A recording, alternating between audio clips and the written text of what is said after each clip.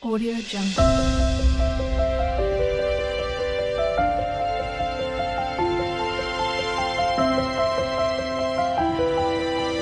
Audio Jungle.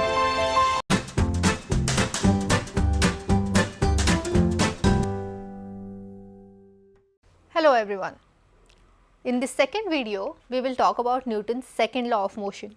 In order to understand Newton's second law of motion, we will have to understand momentum and acceleration.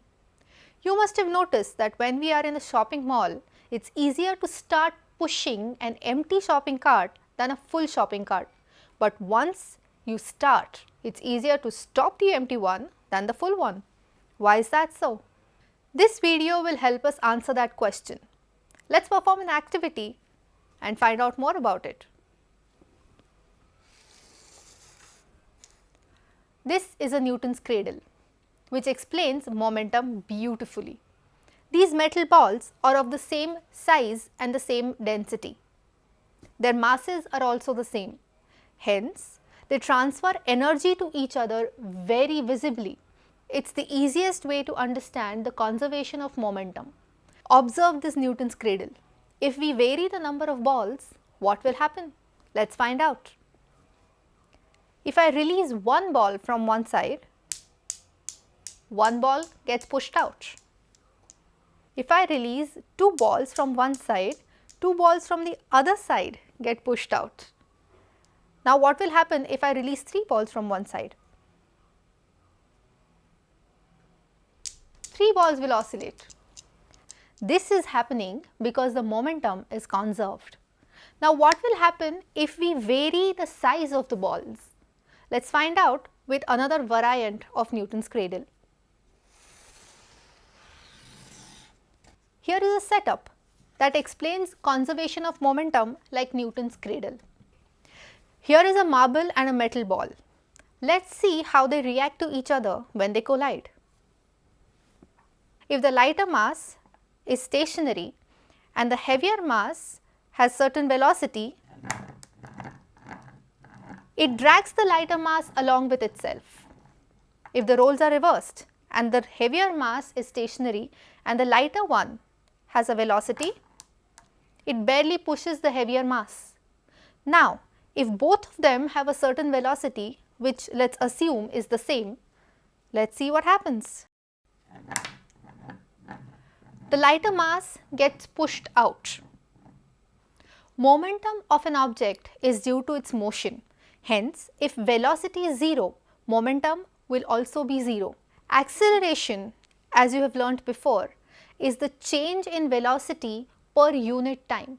According to Newton, the force required to accelerate an object depends on its mass and how much acceleration we want to acquire.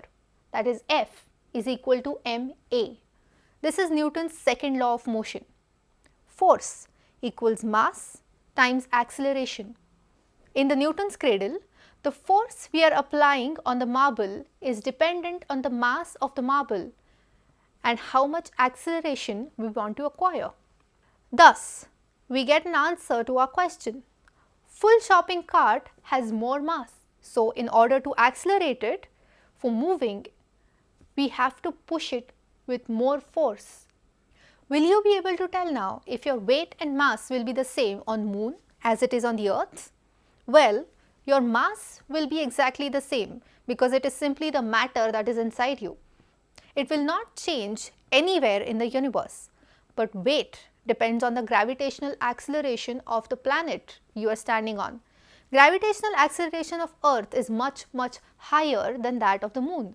Naturally, your weight on the Moon will be much lower, 6 times lower to be precise, than on Earth.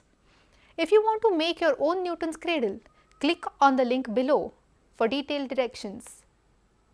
Now, we will perform another interesting activity.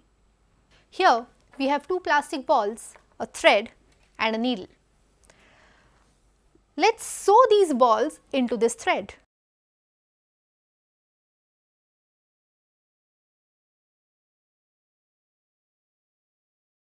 After sewing the balls into the thread, we get a setup that looks somewhat like this. Both these balls are of the same mass, approximately the same size, and they are kept at the same height. If I take one ball away from its rest position and release it, what do you think will happen? We can see that the balls are striking on each other, and being of the same weight, they are bouncing back at the same distance. This is because their mass is exactly the same. Hence, they bounce back at the same velocity. Here, assuming the collision is elastic, the momentum is conserved. Now, if I remove one plastic ball and replace it with a heavier ball, what will happen? Now that masses are different, the velocities at which they bounce back also changes. This proves that the momentum is always conserved. Do you want to learn Newton's second law of motion by making your own jet car? Join with me. Here's a jet car. For detailed instructions about how I made this, click on this link.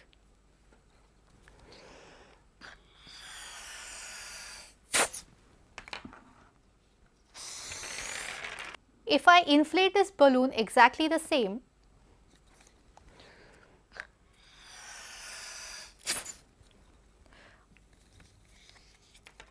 but this time place some weight on the car, what do you think will happen? As we added some coins on the car, the weight of the car increased. The applied force on lighter and the heavier car were the same, but the acceleration of lighter car was much more as compared to the heavier car. In this video, we learnt about Newton's second law of motion. Join with me in the next video to learn about the third law of motion that Newton put forth. Thank you.